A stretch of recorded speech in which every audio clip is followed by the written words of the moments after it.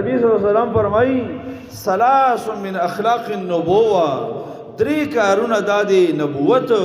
اخلاق دی ہر نبی کے دا خوی ہوا ہر نبی چے گورے دی اللہ ہر نبی وی آدم علیہ السلام و نواغلت تر نبی صلی اللہ علیہ وسلم پورے پہاری و نبی کے دا دی نبوت خوی دا اولی نہیں پائے کہ کم دا تاخیر سہور دا پیشمنی ورستو کول آزان قریب دی وقت زکر دیر انسانان دا سیدی چه آغا باس صرف آغا شرط پورا کی چرتا یو بجا و دو بجی راپورت شو بزان خلاص کو بیا بودشی دا غور عمل ندا غور عمل دادا چه دا پیشمنی دیر آخیری تا ورسو دیکھے نبی ہم فرمائی دا دے طول نبیانو خویو تاخیر السحور ورستواله دی پشمنی دویم تعجیل الافطار دی هر نبی دا خوی و ځکه هر نبی روژه نیولې ده نو په هر نبی کې دا خوی و چې هغه به د روژه ماتي کې دی کې تعجیل کوه بیړه به کوله خو د بیړې او د تعجیل دا معنا نه ده چې یاره نور د نوي پرېوتی بس موږ یې شرمو اورېدلي چې بس روژه ماتو نه دی کې اشارات دی نښې دی کمون پاگے بانے پوئیگو نو پوئی دے شو کہ خیر ہے بل چاہتا ہو کی نبی صلی اللہ علیہ وسلم فرمائی اذا اقبل اللیل من ها ہونا کلا چی دی طرفنا شپر آوشی و ادبر النهار من ها ہونا شپرید دی طرفنا شاکی و غربت الشمس اور نور ڈوب شی نو فقد افطر الصائم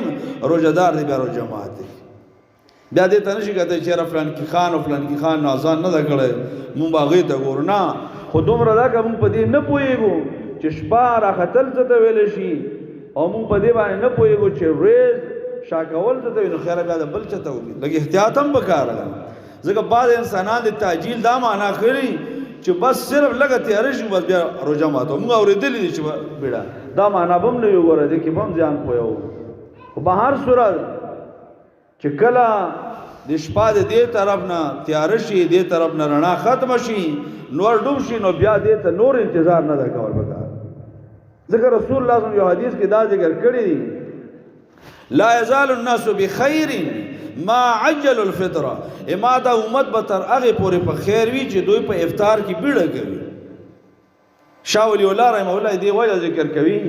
چې دا يهود چې دي چې د دوی څومره د نصاراو سړی مخالفت کوي عمره به د الله په دین باندې کلکېږي ګوره چې څو پورې د یهودو او د نصاراو په طرز باندې سړی عمل کوي په دین کې به سستی راځي او چې څو پورې د مخالفت ته کوي نو د الله په دین باندې به تا ته کلکوالی نصیب کېږي یهودو به دومره روژه ورستو کول او ماتول چې د اسمان کې به ستوري وو نبی ہم فرمائی لا یزال الناس بخیر ما عجل الفطر سو پوری چدا افطار کی بیڑا کوي دی ما امت په خیر باندې کلک بوي دی الله په دین باندې